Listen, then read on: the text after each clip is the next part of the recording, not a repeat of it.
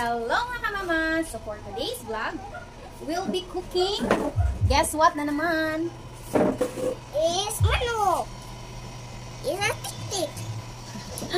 It's special chop suey. So karon mga kamama, dili na nato hinay-hinayan ato nang paspasan ang pag-prepare sa tanang ingredients para sa atong special chop suey for today's video mga kamama. So mauto ako anang gipanghiwa-hiwa tanan nga subak and vegetables para sa sagol sa ato ang chop suey.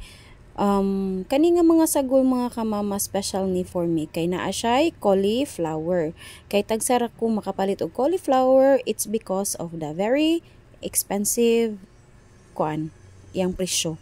So maututag sa raman pod ko mag chop suey mga kamama kay it's always been a kanang dali-dali nga procedure akong gusto sa pagkaluto.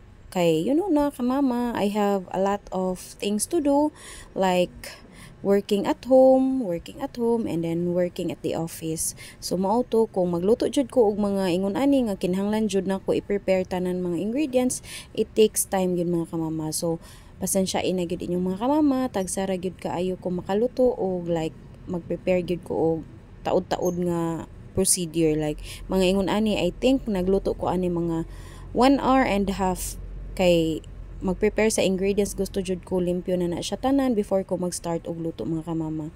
Naani siya kanang cauliflower, kanang unsa ni pechay, sayote, and then all tanan nga lamas, then quail egg. Ako na siyang gisagulan og quail egg kay feel nako sagulan siya kay nakakita man ko quail egg dito sa merkado. So mao ni limpyo na siya tanan mga kamama. Naa sa day ko white onion mga kamama, then ang subak kay pork og chicken. So mao to mga kamama, I think it's almost kanang complete ingredients, but naalang gyud siya kulang. I think katong fishball, wala ko fishball kay layo ang terso mga kamama. So kanilang sa mga kamama medyo kompleto naman pod.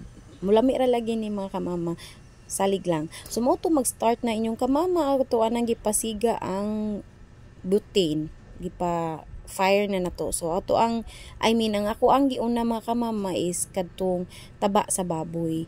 Taba ni siya sa baboy. Gamay-gamay lang mga kamama kong gisagol kay para naay mo gawas nga mantika sa iyaha, kay para mautoy ato ang gamiton og saute sa ubang sa ubang lamas og sa pork and manok. So mao to mga kamama, ato siyang butangan og sarsa like black pepper and kining salt and black pepper nga nalimot ko unsa na siya name mga kamama. Kay usual amo ang gamiton is magic sarap or ginisa mix. Kani siya lahi ni siya na discover po ni siya sa akong brother niya na may sobra, so ato ang ibutang mga kamama. Then una na kong gilunod is ang cauliflower ata kay I know, yes, it's a cauliflower mga kamama.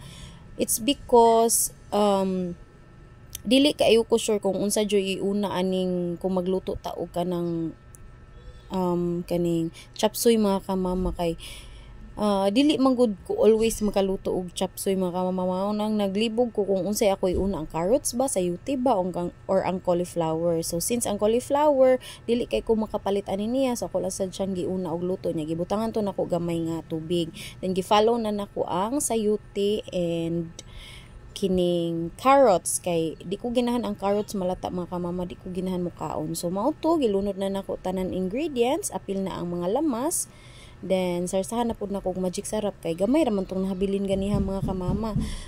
Dili man jud kaayo ko tigbutang og mga sarsa nga dinaghan, ginagmay ra gina siya. So kaning magic sarap sad nga akong giablihan, gamay ra sad ang ako ang gibutang ani mga kamama. So atong ukay-ukayon, then last part ana mga kamama, nagpahilis ko og cornstarch kay para akong ibudbud diri sa kuan. Ako ang giluto mga kamama. And then luto na siya. That's it for today's video. Ato nang ilunod ang quail egg kay para ato na ni siyang i-serve mga kamama. So thank you for watching. God bless us all.